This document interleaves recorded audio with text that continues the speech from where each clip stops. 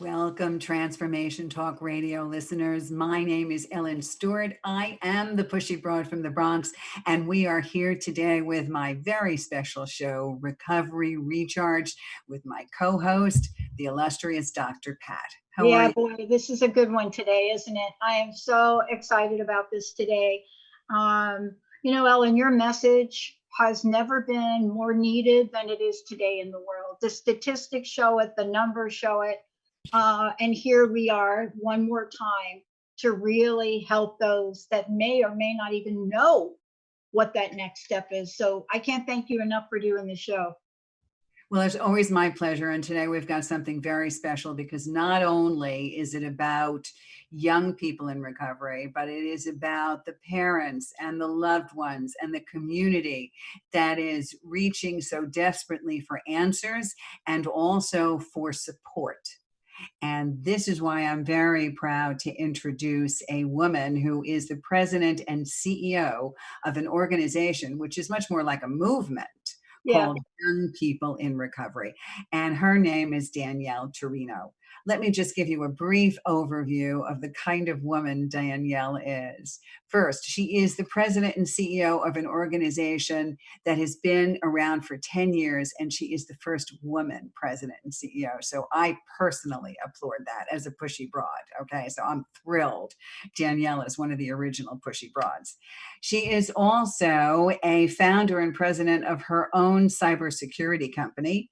Prior to this, she's had multiple positions at the federal government level and also in addiction and the nonprofit world. She's considered a national expert in substance use disorder, and she really is in long-term recovery herself, and also a proud alumna of Rutgers University. And she tells me to say, go Knights, which is what I'm going to do, even though it's Jersey. So we want to hear all about young people in recovery and Danielle Tarino. So Pat, why don't you start us off? Yeah, Danielle, it's so great to have you here for a lot of reasons. Thank you so much. Look, it's hard to explain to people that aren't familiar with, what should I say, the many layers of recovery, right? You maybe watch a commercial over here, or you hear about a group over here, or you hear meetings, right? You hear that term, right? So there's a lot out there, but there's very little out there that gets underneath how to take action that will help save lives, right? Now, couple that with our youth going through a time that I know what it was like for me as a young person to have to deal with my own addiction. But in the world we're living in today, it is fundamentally different. And so you have created a community, a powerful one. I'd like to ask you, how would you explain to people that understand a little bit about recovery, but people that don't, what this organization is about? You know, when we're thinking about YPR, when we're thinking about young people recovery, when we're looking at young people in recovery, there's a lot to understand. But you are here to give us an update on why, in the history of addiction and recovery, this is one of the greatest challenges we have. Tell us about it. Absolutely. That's a great question. And I'd like to hit it from two different places. And if anyone can see me, I talk with my hands because I also am from the Northeast.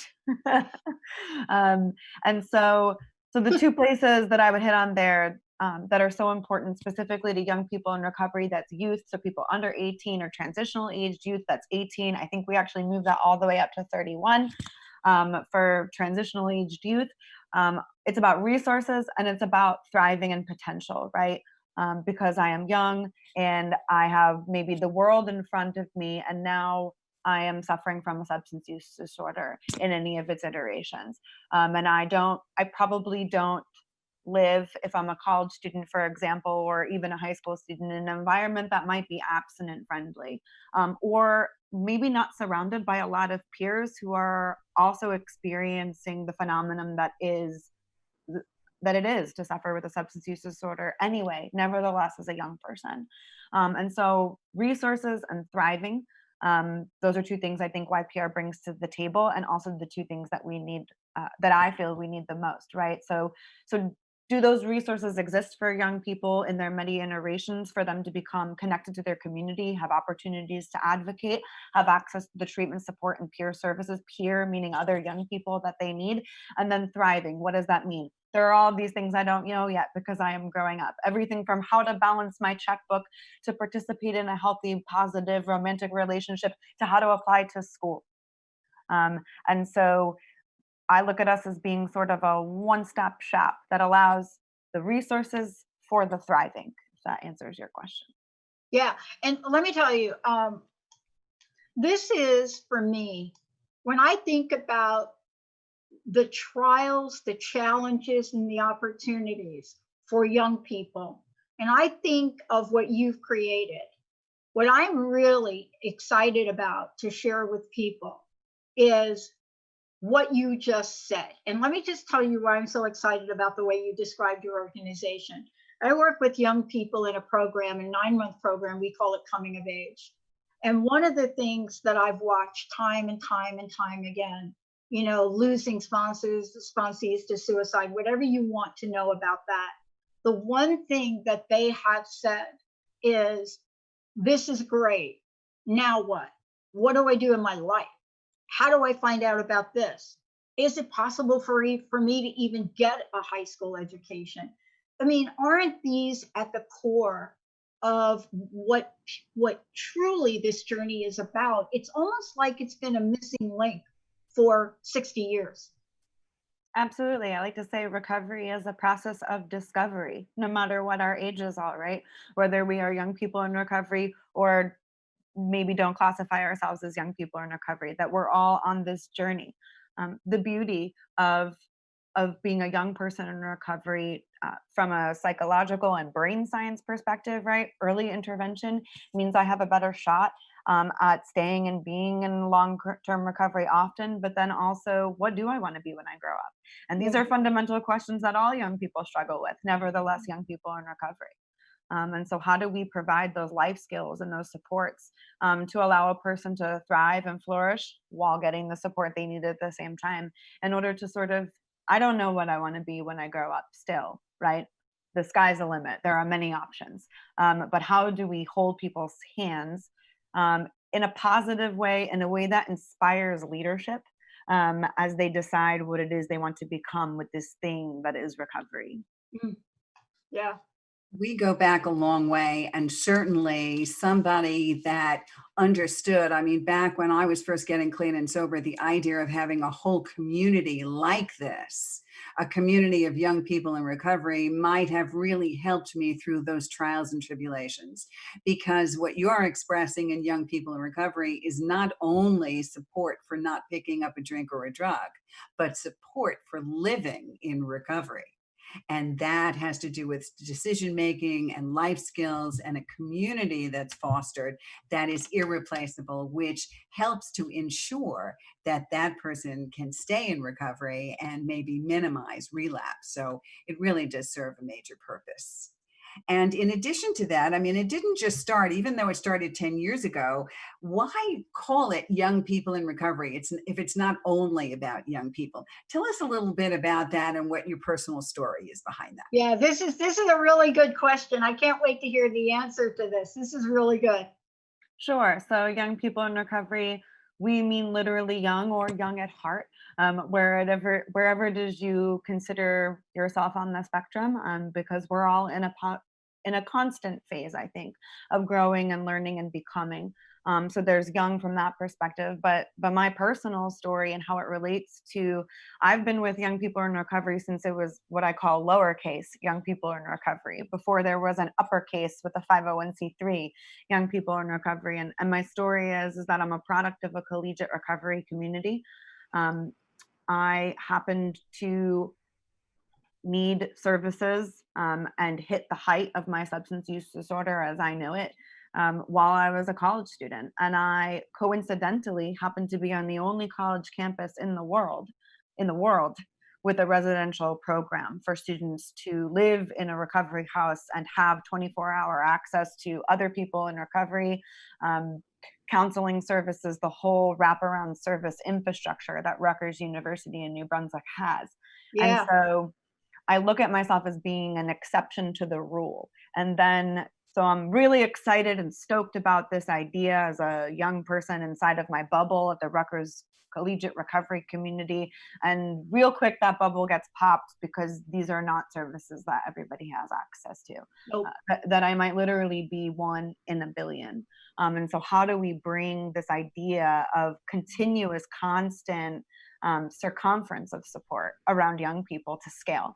And young people in recovery is sort of born of that solution. So the federal government invites us to a meeting, many of us between the ages of 18 and 30, to ask us to talk about our recovery in front of White House officials and government officials. And it was very confusing and exciting simultaneously.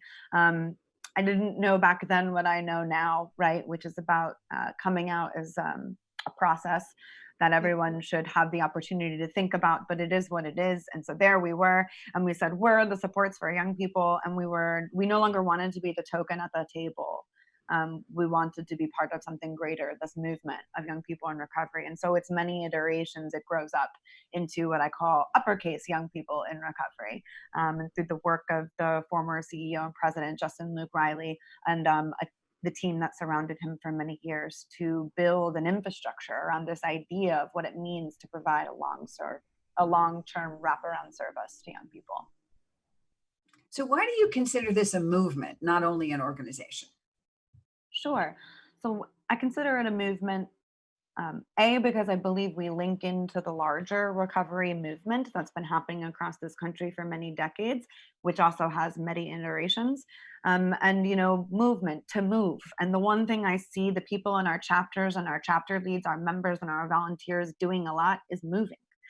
Whether that is moving policy and pushing for advocacy for things that we need to make every community in America recovery ready, that is its movement. And then also this idea that young people are the future, as cliche as that sounds, that the ideas that our young people have that are being grafted upon them now are going to be brought into this next generation when we're the folks in power. And so we want our recovery community of young people to be leaders, to be taught how to be leaders, to embrace what that means, to move things like policy and services for young people in recovery everywhere. Yeah. Well, Pat and I are advocates of recovery. And of course, you and I, Pat, have had one kind of treatment in the recovery world. But what's fascinating about young people in recovery is that they run the gamut of different methods of recovery, which is really fascinating. Wouldn't you say, Pat, that you don't have to just be from one treatment? No, and this is really why I was so excited here for today's show. This is for me, Danielle, talking with my hands too. This is exciting. And I want to share something with you, and I'd like both of you to comment on it because it talks to why this is a movement. It cannot be anything but a movement right now.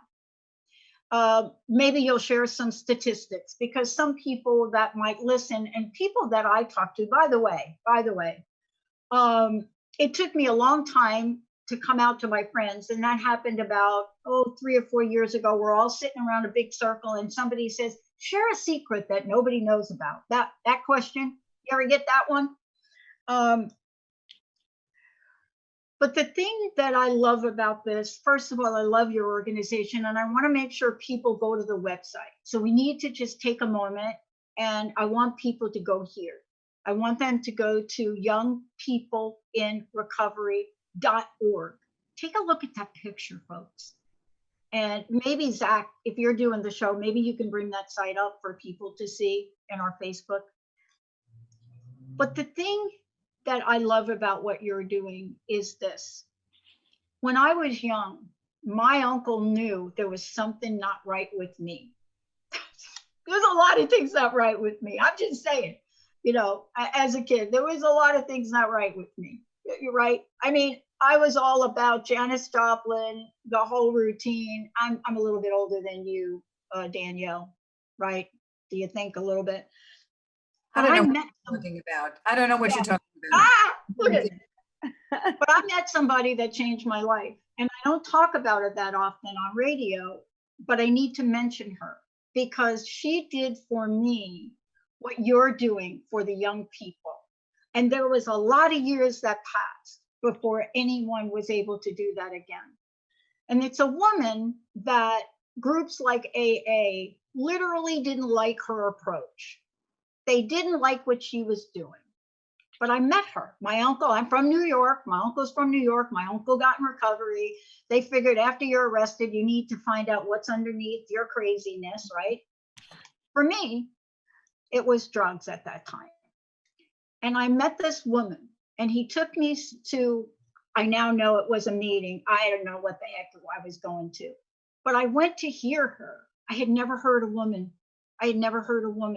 My mom committed suicide. I was born into this world from a mother that drank and used. And I met Marty Mann. And Marty Mann, she's passed away now. She broke all the rules.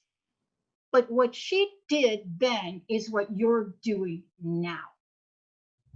You see, we needed somebody to look you in the eye and say, you're not useless, to go on national television. But see, this is the message that you're bringing. And I want to ask you, it's daunting, your life path, what you've said yes to. I can only imagine how many times, Ellen, do you think Danielle has had to explain to somebody what recovery is? Oh my God. I know as a recovery coach, I have to explain it to my clients that are in recovery. Okay. So really, and what is YPR's membership at this moment? 1 million people? Yeah. We're probably, if you look at our numbers on our event attendance last year, we had about 41,000 people come to our events and attend our meetings. Come to your events and attend your meetings. Mm-hmm. Great. All right. So explain again why YPR is open to all methods of recovery. Talk about that. Yeah. Sure.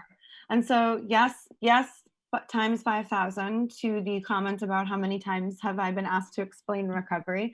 How many times I've explained it properly is probably a different number, right? Because as I have grown into my own understanding of it versus, and not imposing that view on others, which is where I'm going with YPR and our focus on all recovery meetings and many pathways to recovery, is that what works for me is what works for me. And I hold that dear and true to my heart. I use the words to describe myself as an addict and alcoholic inside of very specific places. But when I am out front, I choose not to use those words because the public doesn't necessarily understand what I mean when I am saying them for myriad reasons, right?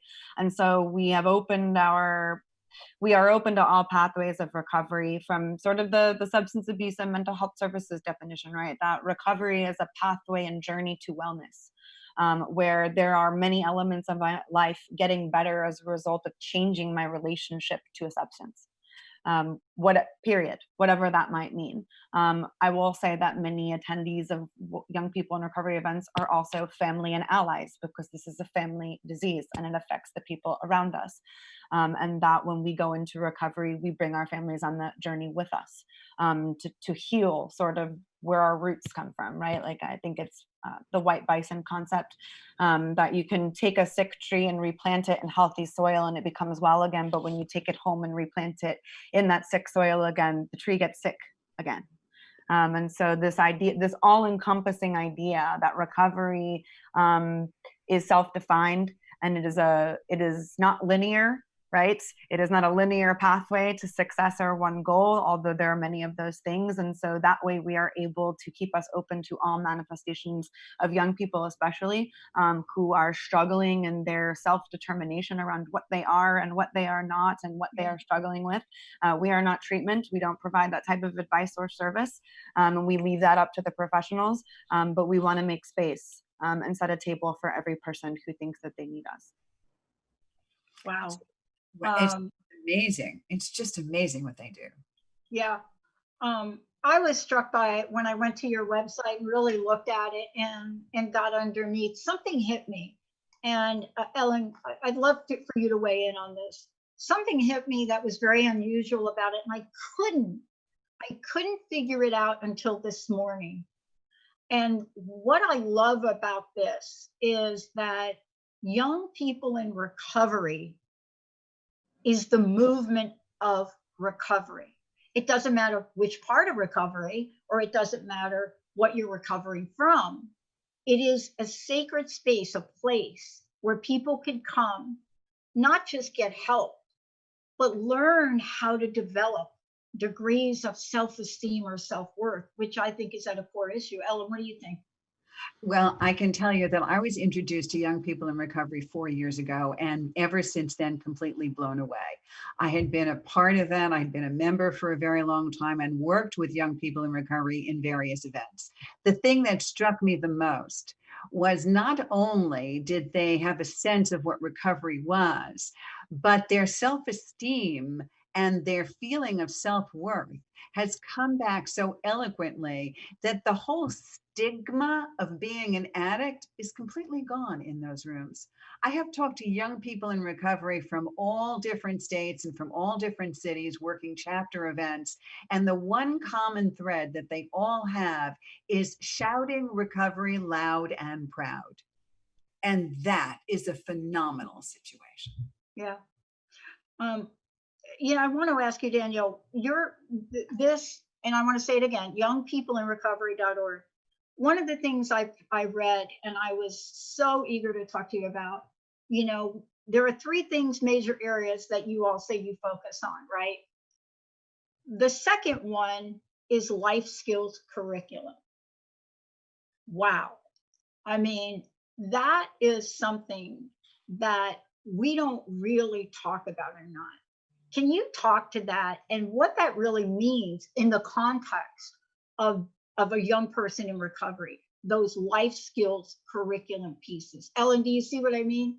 Oh, yes, absolutely. And in that build, Danielle, talk a little bit about what the chapters do to enforce that. Sure, absolutely. So I'm so glad you brought this up because life skills programs are at the heartbeat of what we do in preparing our young people to go on to wherever they would like to go on to, and also in the development of more leaders in this field, whether they decide to stay in the field of young people in recovery or not, that we're producing people, or I should say guiding people to become the natural leaders that they are. Yeah. And so our life skills programs also help people of all ages, not just specific to young people. And we have two different programs. One works with people in treatment or early out of treatment, and the other works with people who are currently involved in the criminal justice system.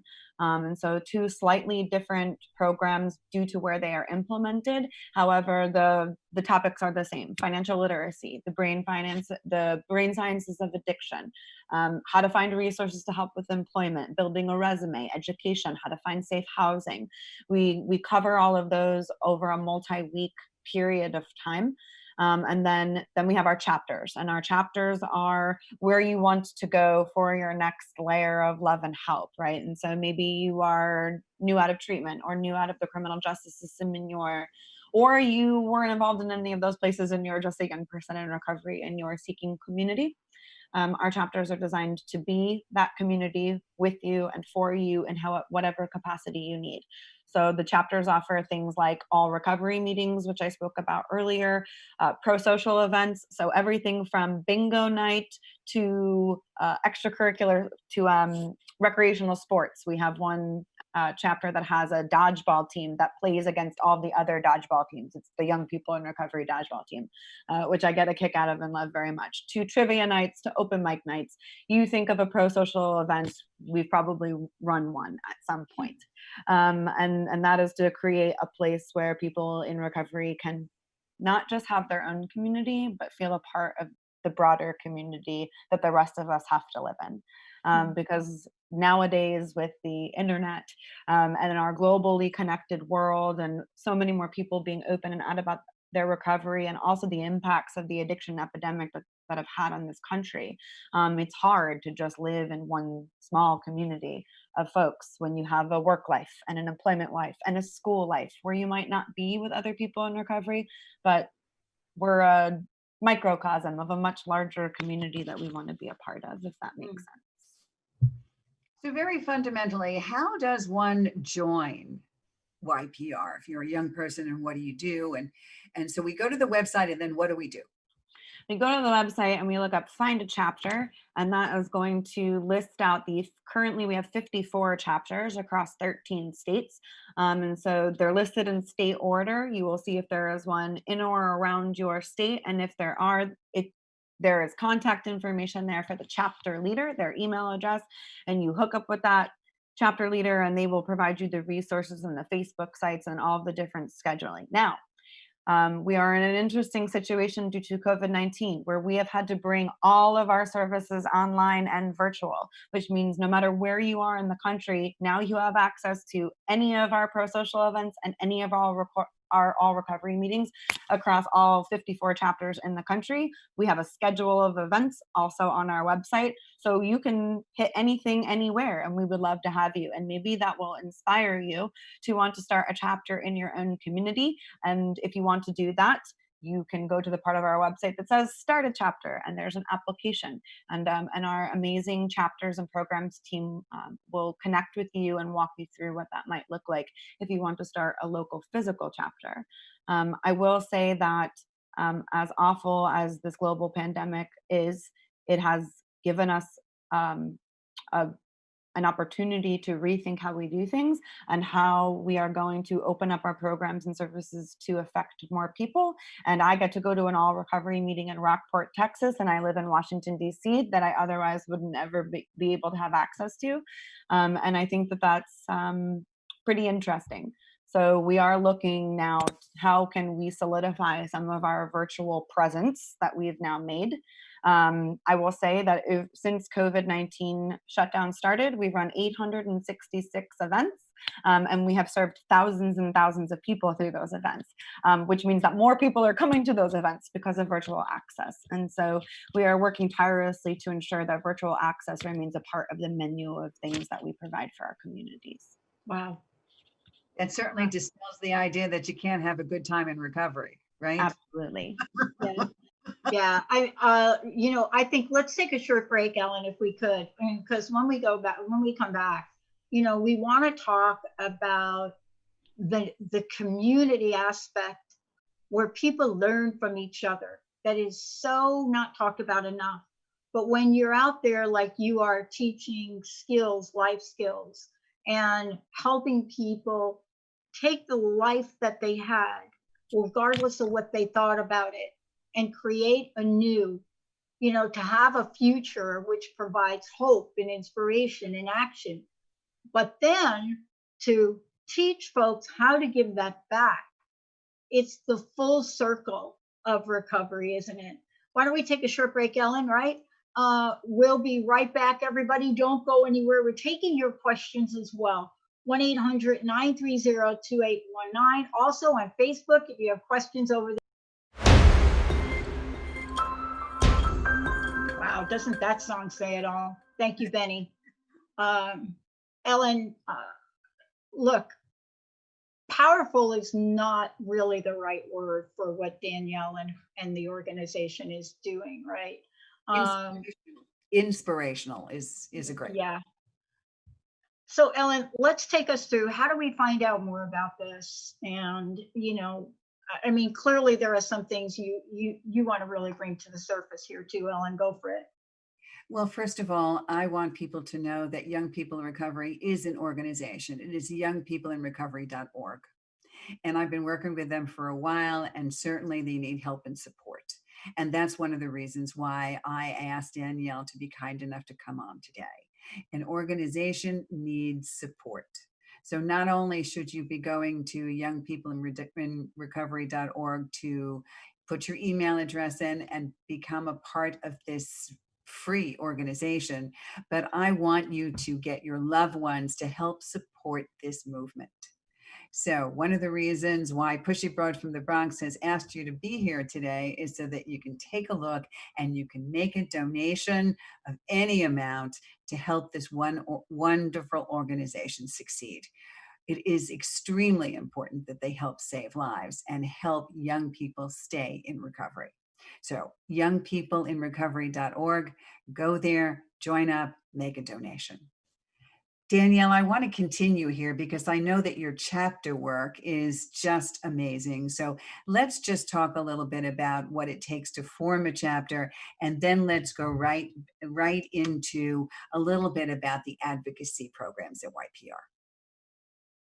Sure. So starting a chapter involves having one or preferably a group of highly motivated individuals, volunteers who are willing to go through the process of learning how to set up a chapter, working with our national chapters team, and learning all of our different how to host things like how to host an all recovery meeting or how to host a workshop.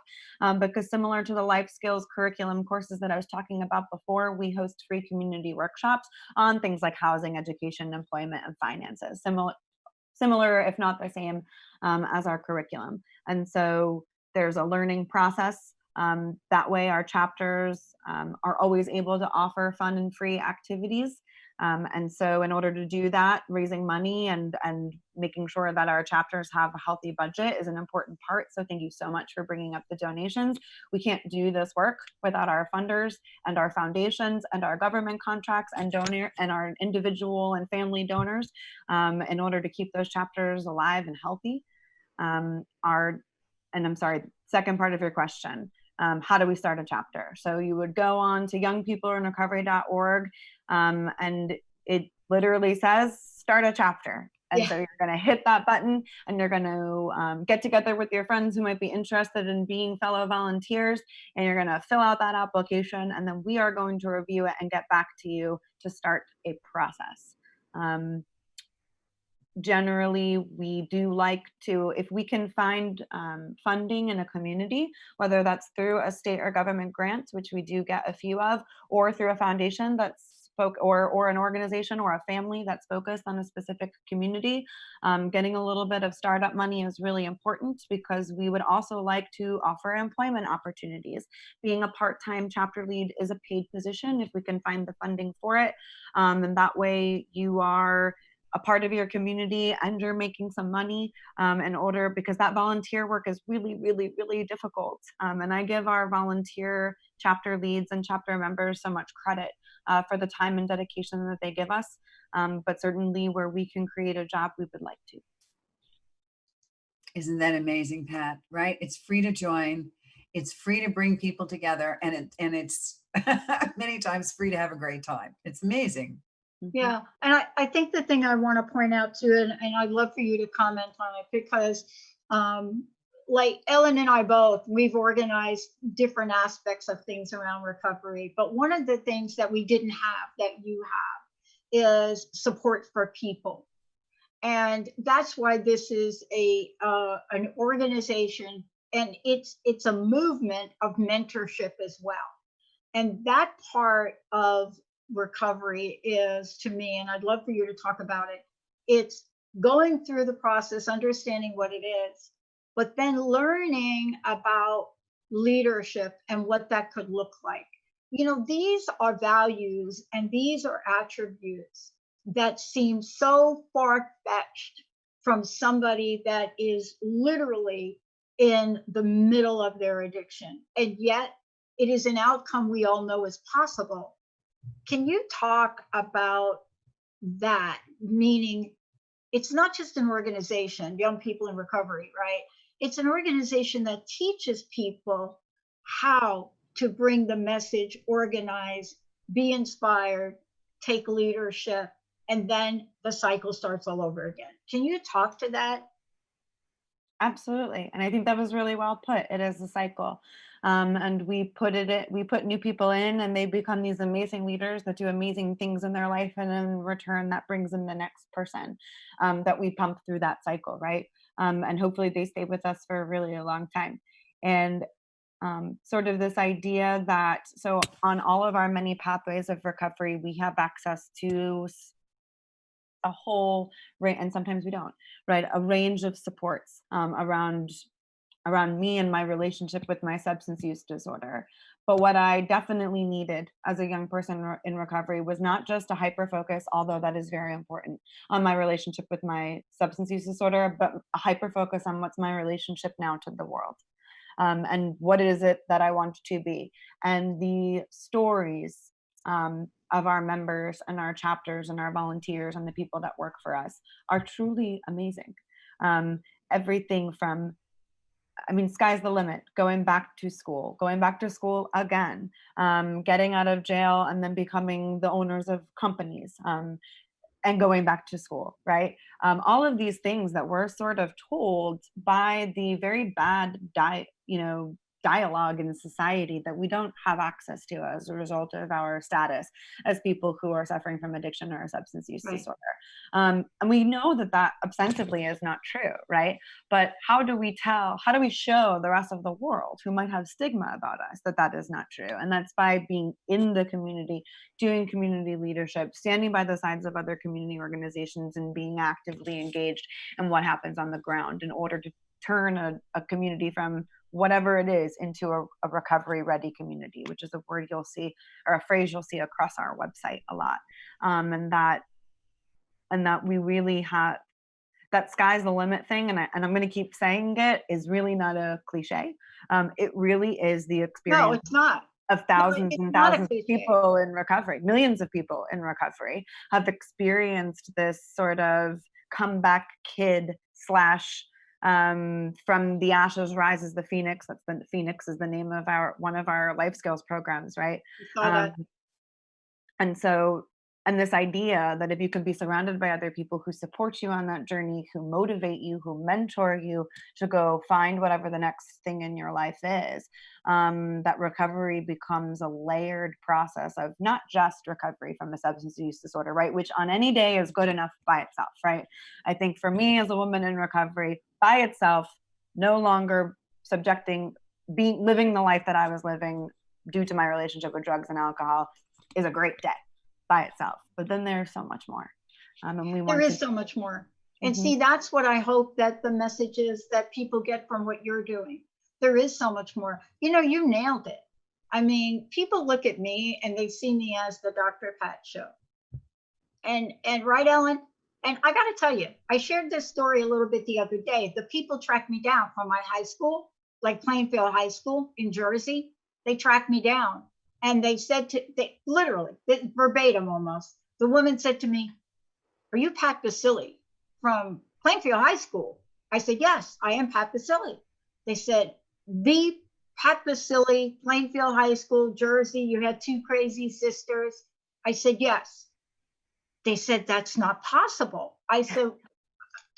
They said, "You can't be Dr. Pat. You can't be that person." And I thought, is this like a punk joke, like my friends are like doing a thing there?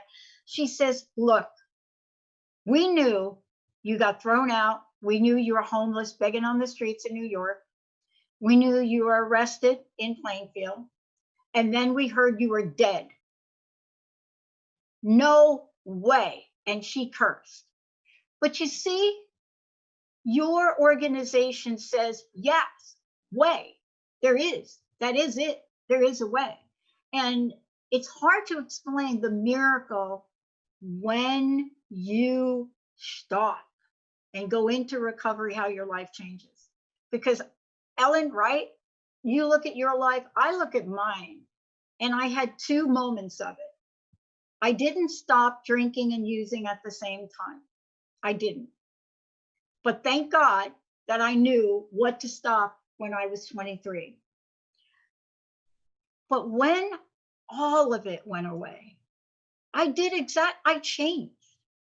I was able to go back to school. See, these are the stories we have to tell. This is not a joke. This isn't just this is about changing lives, right, Ellen? Right, Danielle? That's the difference Absolutely. in this recovery conversation. We're in a situation here, and the reason that you and I were so thrilled about doing the show when I brought it to you was that we are the success stories. Sitting here with women, you and I have over 30 years of being in recovery, the success stories. You and your network, me with my recovery coaching and all of the other work that I do surrounding it. And Danielle is the CEO and president of Young People in Recovery. This is telling parents and telling people out there, people do recover, and we do that for a long time. Long-term recovery is a real thing, and we are so much better because of it. But one of the things that is certainly an advantage, I mean, Pat, if you and I had young people in recovery back then, maybe people wouldn't have thought you died like me. Okay. And there is no way I walked out of there alive. Okay. I OD'd on so many things. I was a regular patient at Fordham Hospital in the Bronx. I mean, come on. I mean, if we had organizations like this, which is why it's so important. And on top of that, the thing that blew me away about people in recovery is the thing that I want Danielle to talk about here. I know Yeah. she has her own war stories and she came up through the ranks just like all of us, okay? And we can all count how many near-death experiences we've had. But the best thing about it is the healing. And not only that, but not only helping to change policy, working with the government and this organization, which is amazing in itself, the advocacy and the grassroots work that this organization does. But you are really now, YPR is actually changing the language of recovery, Yes. reducing stigma. Let's talk about that, Danielle, a little bit. Yes, let's talk about that, because like thing one right out of the gate, I can't tell you how much grief I am getting now from a few people and a few organizations with the fact that we're doing this show, that I'm talking about it, and we're going to have a new host do a show that we're just not willing to be silent anymore. And people don't understand that, right? They don't understand what some of these rules were, but those rules don't work anymore, right, Danielle? Sure. And those rules are a choice, one that I embrace and respect very deeply, Too. from my anonymous fellows, right? Yep. But it's, you know, we can take a lesson from the AIDS movement, right? Silence equals death. That's what they say. Oh And my I think we can take a deep lesson from what's happening in our current environment, because I'd be remiss without saying that that's a part of this too, because it is. That the inability for us as a community to be able to express ourselves out of fear of discrimination, and a system that, frankly, up until even recently, and I would argue it's still not that empathetic towards people who are suffering from substance use disorders for myriad reasons. And that the opportunity to be able to reframe how I talk about myself as a person in recovery. Like I said, the words that I use in my pathways of recovery are meant for those communities and those environments. But when I go and use those words with somebody else who doesn't understand that environment that I come from, I've just created a picture in their mind of something I am or am not, right? By using the addict word or the alcoholic word. And this isn't Danielle talking, this is like a lot of science, right? That has come out over the last few years, on the language we use, and the importance of being able to express ourselves in a way to not the outsider, but to the substance use disorder recovery person, right? So they can relate in instead of trying to identify away from us. And this idea that through the changing of the language and the way that we define ourselves as a community actually makes us exactly a part of that community that we were so shunned from, I think is actually rather beautiful, right? Because it means that by having access to services, which is a problem in and of itself, and stigma and discrimination has caused our community did not have access to services for so long. And sadly, it took the worsening of what was already an awful addiction epidemic to get a little bit of attention from our government and from our, Congress people and the people that make the rules and dole out that taxpayer money, right? It took a hell of a lot to get their attention. And so how can we prepare our communities to be a part of this broader conversation? And it means that we need to all start speaking a similar language. A language that is not stigmatizing to self or others, a language that is easy to understand for the outsider, right? Because you and I speak a different language just inside of recovery, and that throws people off. I've seen my family and my friends who are not in recovery listen to a whole bunch of us talking and be like, what are these people talking about? And that this you and I difference is unnecessary, right? That there are so many fundamental things about being a person in recovery that are relatable at the human level.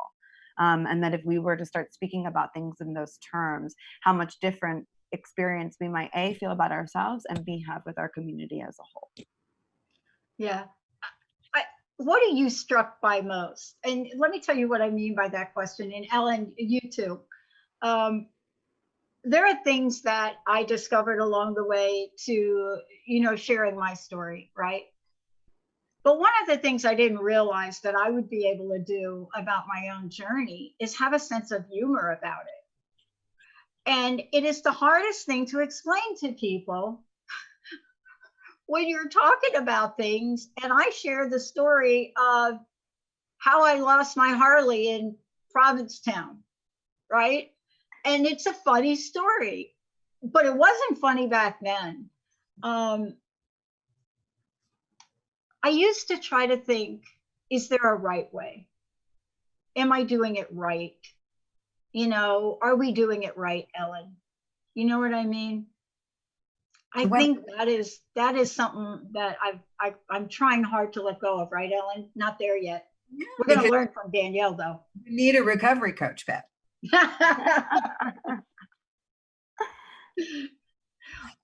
I understand what you're saying. I really do. And yeah. The biggest things that really hit me, because I've been talking about it for years, being a teacher and being in recovery and a coach. I never like to say I'm an addict. I never like to say that. It made me feel dirty. It made me feel like I was never going to get out of being an addict. But to say, I am Ellen, I am in recovery, is something that I can be proud of. And if I turn around and say that I'm in long-term recovery, it means that I have been working most of my entire adult life to get me where I am now. And that it means that it's so much more than just not picking up a drink or a drug. I learned how to be an adult. I've learned how to be responsible. Does it mean I get it right all the time? No. But does it mean that I'm still in recovery? Yes. Am I proud of that? Yes. Is that something that everybody should be proud of? If every single member of Young Person Recovery learns just to be proud of that one thing, we will have a much better world. I'm convinced. Right.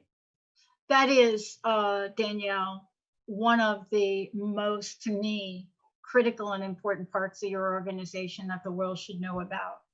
It is the thing we don't talk about that very much. It is one of the most needed things that we need to learn how to become people again.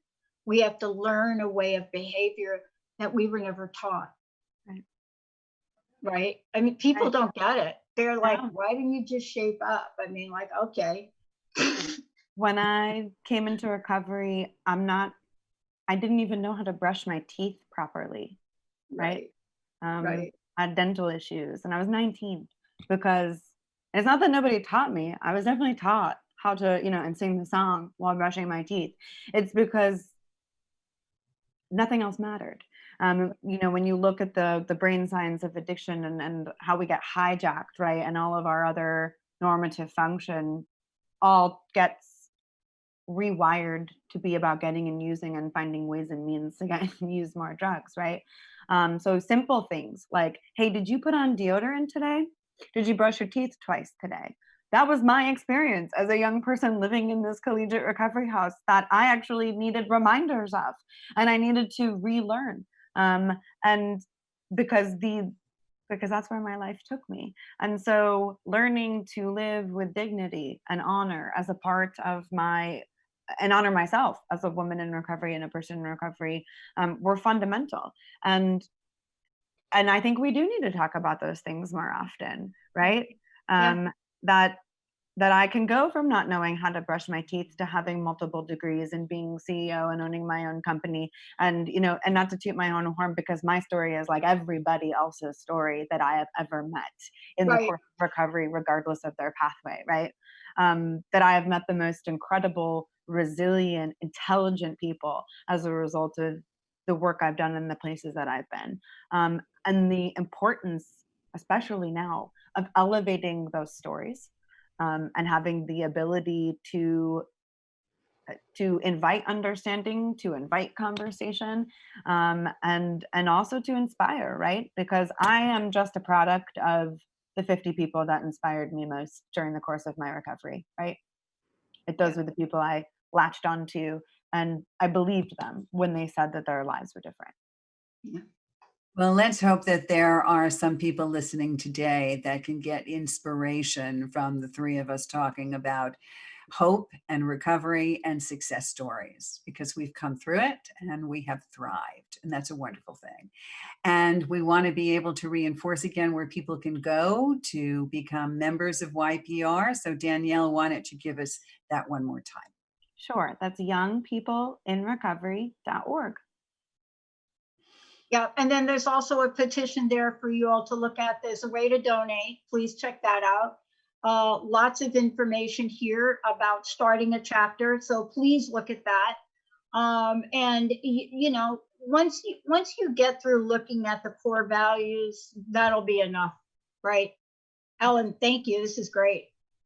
This is really wonderful. And we want to say congratulations to Young People in Recovery celebrating their 10th year. This is their 10th anniversary. So I'm sure you have some great things planned. We do. Thank you so very much for having me and giving me the opportunity to talk about our amazing, I'm not going to say little anymore, our amazing big organization. And we look forward to you joining us. Yeah, and I hope you keep us informed too. I'm absolutely going to join, but we want to get the word out. And so there are ways to do that. Ellen, this was fantastic. Really, really terrific. Thank you so much. Great. Thank you. All right, everybody. Thank you for tuning us in, turning us on. Please check it out, youngpeopleinrecovery.org. And don't forget, this show will play again later, and all of it's on Facebook, Transformation Talk Radio. Ciao, everybody. Thank you.